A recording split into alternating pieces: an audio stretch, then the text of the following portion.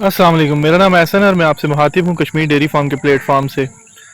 एक प्रैक्टिकल जो आजकल हम कर रहे हैं वो मैं आपसे शेयर करना चाह रहा था। उसी सिलसिले में ये वीडियो बना रहा हूँ। जैसे कि ये आपको वीडियो में नज़र आ रही हैं हमारी बच्चियाँ चराई करते हुए। तो ये जो कंसेप्ट है बेसिकली पता नहीं अब लोग आप इससे एग्री करेंगे कि नहीं करेंगे, लेकिन मेरा ये पर्सनल हम लोगों ने ये एक्सपीरियंस किया है और हम आगे इसको मज़ीद एक्सटेंड करेंगे कि सारी चीज़ें आप अगर फीडिंग की उसको खुलरी में डालेंगे जानवरों के, तो उसमें आपकी कास्ट काफ़ी ज़्यादा आएगी।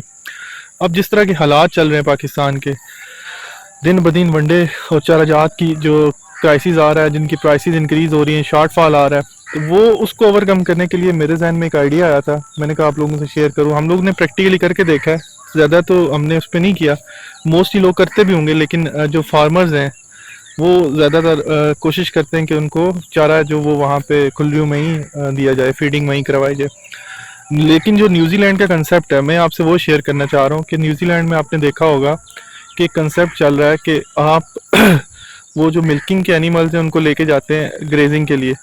उसके बाद वो क्या कहते हैं उसको करते हैं, वापस जब ग्रेजिंग करके आती हैं तो मिल्किंग पॉलर में आती हैं। इस तरह की वीडियोस आपने देखी होंगी न्यूजीलैंड में। तो ये जो हमारे यहाँ पे भी आजकल जो प्रैक्टिस चल रही है, अब कहने का मकसद ये है, देखें ये हमारी जो बच्चियाँ ये जो अभी ये खुद ही वो चुग रही हैं, चारा खा रही हैं, जो बचा हुआ है खेत से, हमने इसमें जो फसल था वो काट लिया, उसका कुछ साइलेज बना लिया, कुछ हमने काट के डाल दिए। तो ये कहने का मकसद ये था कि बताने का मकसद ये था, सॉरी, कि आप और हम लोग अगर अपनी कास्ट को मिनिमाइज करना चाहते हैं तो हमें इस तरह की लैंड तैयार करनी होगी।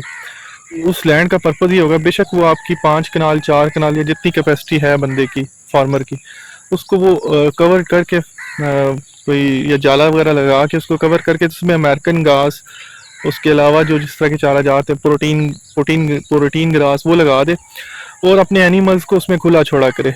इससे ये होगा, मतलब जारी बात है कि वो चारा जात ऐसे होते हैं कि वो रहते हैं, वो एक दो कटाई देते हैं।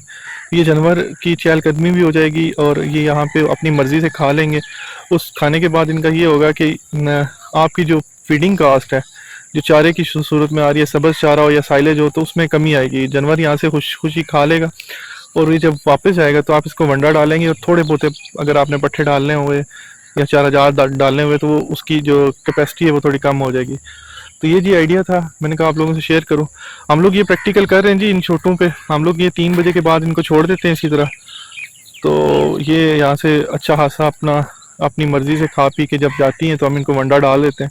तो ये देख लें आपके सामने, जिनकी सेहत वगैरह भी मुतासर नहीं हुई। और ये बेसिकली ओल्ड कंसेप्ट है, हमारे एरिया में इस तरह कम ही होता है, लेकिन ये मैं चाहता हूँ शायद पंजाब में होता हो, लेकिन ये कश्मीर की खासकर बात कर रहा हूँ कि हम लोग जो चीज़ भी होती है हम लोग कोशिश करते हैं उनको। और जो बड़े फार्मर्स है वो भी इसी तरह कर रहे हैं कि वो उसको डिस्पोज किया हुआ है, बस उसी के अंदर ही डाल रहे हैं सब कुछ। तो जो कास्ट की प्राइस आ रही है ना, वो बहुत ज़्यादा है। जो मैनेजमेंट कास्ट है आपकी या डेली ऑपरेशनल कास्ट है चारा जात की, वो बढ़ रही है इससे। ये करने से मेरे ख्याल में आप डेली के हिसाब से अगर आपका फार्म है तो आप 300-400 की बचत कर सकते हैं इसमें। और जिस बड़े लेवल पे आप इसको फेंसिंग करेंगे और उसमें चारा जात लगाएंगे, आप उससे ज़्यादा बचत कर सकते हैं। तो आजकल जो ट्रेंड चल रहा है, हमें यही छोटी छोटी चीज़ों पे बचत करनी होगी। फार्मर्स के लिए बेसिकली जो ज़रूरी है वो यही है कि क्या कहते हैं, अपनी कास्ट को मैनेज करें, मैनेजमेंट अच्छी करें, तो ही सर्वाइवल है फार्मर का। जैसे ही कास्ट बढ़ती जाएगी तो आपका और हमारा जो एक्सपेंस है वो बढ़ता जाएगा और बचत कम होती जाएगी। तो ये एक मेरे ख्याल में हमें ये इस पे इम्प्लीमेंट करना चाहिए खुले दिल से। लोग करते भी होंगे, मुझे ये आइडिया आया था, मैंने कहा आप लोगों से शेयर कर। जज़ाकल्लाह, आई होप आपको वीडियो पसंद आई।